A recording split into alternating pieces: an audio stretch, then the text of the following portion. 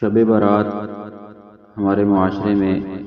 اس کو بڑی اہمیت دی جاتی ہے۔ عبادت کے حوالے سے، کھانے پکانے کے حوالے سے، روزہ رکھنے کے حوالے سے، کئی ایک حوالے سے اس کو بڑی اہمیت دی جاتی ہے، جبکہ شریعت محمدیہ میں اس کا کوئی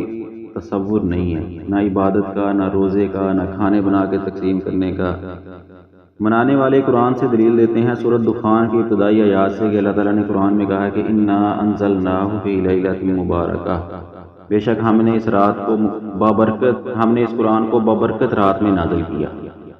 تو کہتے ہیں جب بابرکت رات سے مراد شب برات ہے۔ کوئی ایک دلیل بھی شریعت محمدیہ میں نہیں ہے کہ لیلہ مبارکہ سے مراد شب برات ہے۔ ویسے بھی اگر انسان تھوڑا سا غور کرے تو شب برات یہ عربی کا لفظ ہی نہیں ہے، فارسی کا لفظ ہے۔ شب بھی فارسی کا لفظ ہے اور برات بھی فارسی کا لفظ ہے،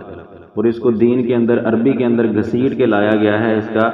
دین کے ساتھ کوئی تعلق نہیں ہے۔ رہی بات انا انزلناہ فی لیلۃ مبارکہ، جو سورۃ دخان کے ابتدا میں آتا ہے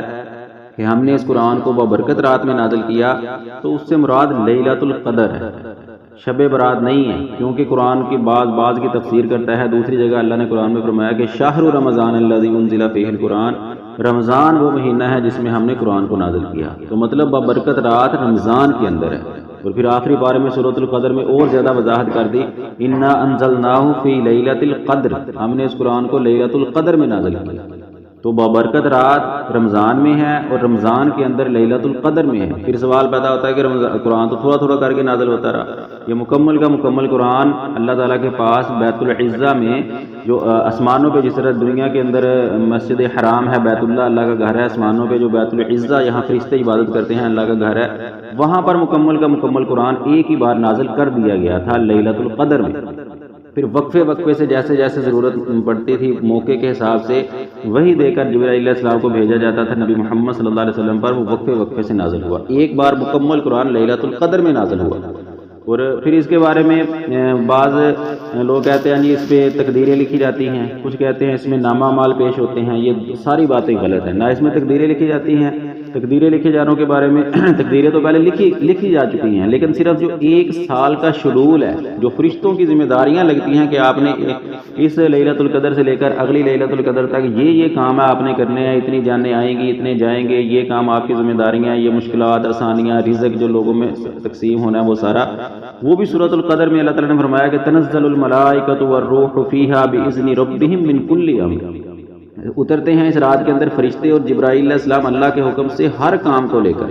یعنی پورے ایک سال کا شیڈول فرشتوں کے حوالے کیا جاتا ہے، تقدیریں نہیں لکھی جاتی۔ ایک سال کا شیڈول جو ملتا ہے وہ بھی لیلۃ القدر میں ملتا ہے، شب برات میں نہیں ملتا، کوئی وضاحت نہیں ہے شب برات کی۔ اور پھر جو کہا جاتا ہے کہ اللہ کے اعمال پیش ہوتے ہیں، یہ بات بھی غلط ہے۔ نبی صلی اللہ علیہ وسلم نے فرمایا کہ ہر سوموار اور جمعرات کو اللہ کے سامنے ہر انسان کے اعمال پیش کیے جاتے ہیں، شب برات میں پیش نہیں کیے جاتے۔ پھر یہاں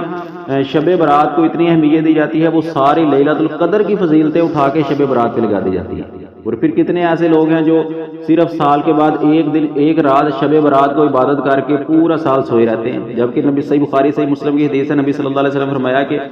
جب رات کا آخری پہر ہوتا ہے اللہ تعالیٰ آسمان دنیا پہ آتے ہیں، آوازیں لگاتے ہیں، ہے کوئی مجھ سے مانگنے والا مانگ لے، ہے مجھ سے کوئی بخشش کروانے والا کروا لے، جو مانگنا چاہتا ہے مانگ لے۔ صحیح مسلم کی حدیث میں کہا کہ مجھ سے جو مانگنا ہے مانگ لے، دنیا مانگے گا تو میں دنیا دوں گا، آخرت مانگے گا تو میں آخرت دوں گا، بخشنا چاہتا ہے مانگ لے۔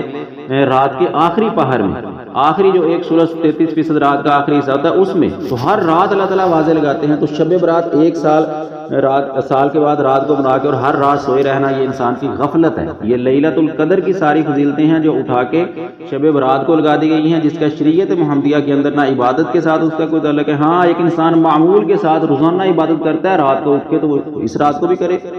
ایک انسان معمول کے ساتھ وہ روزے رکھتا تھا، سوموار جمعرات کا رکھتا ہے، وہ 15 شعبان اس میں آ گئی ہے، وہ ہر مہینے کی چاند کی 13، 14، 15 کو یوم 20 کے روزے رکھتا تھا، تو وہ اس کو بھی رکھے۔ ایک معمول کے ساتھ جیسے وہ چلتا آ رہا تھا اس معمول سے وہ اپنی عبادت کرتا رہے تو کوئی حرج نہیں ہے، لیکن اگر کوئی خاص کر کے اس رات کو عبادت کرے یا اگلے دن کا روزہ رکھے یا اگلے دن صدقہ خیرات کرے، لوگوں کو کھانے بنا کے تقسیم کرے، تو یہ اسلام کا حصہ نہیں ہے، یہ دین کے اندر نیا کام ہے، اور دین کے اندر نیا کام بدعت ہے، وہ جائز نہیں ہے۔ اللہ تعالیٰ عمل کرنے کی، سمجھنے کی توفیق عطا فرمائے۔ وما علیہ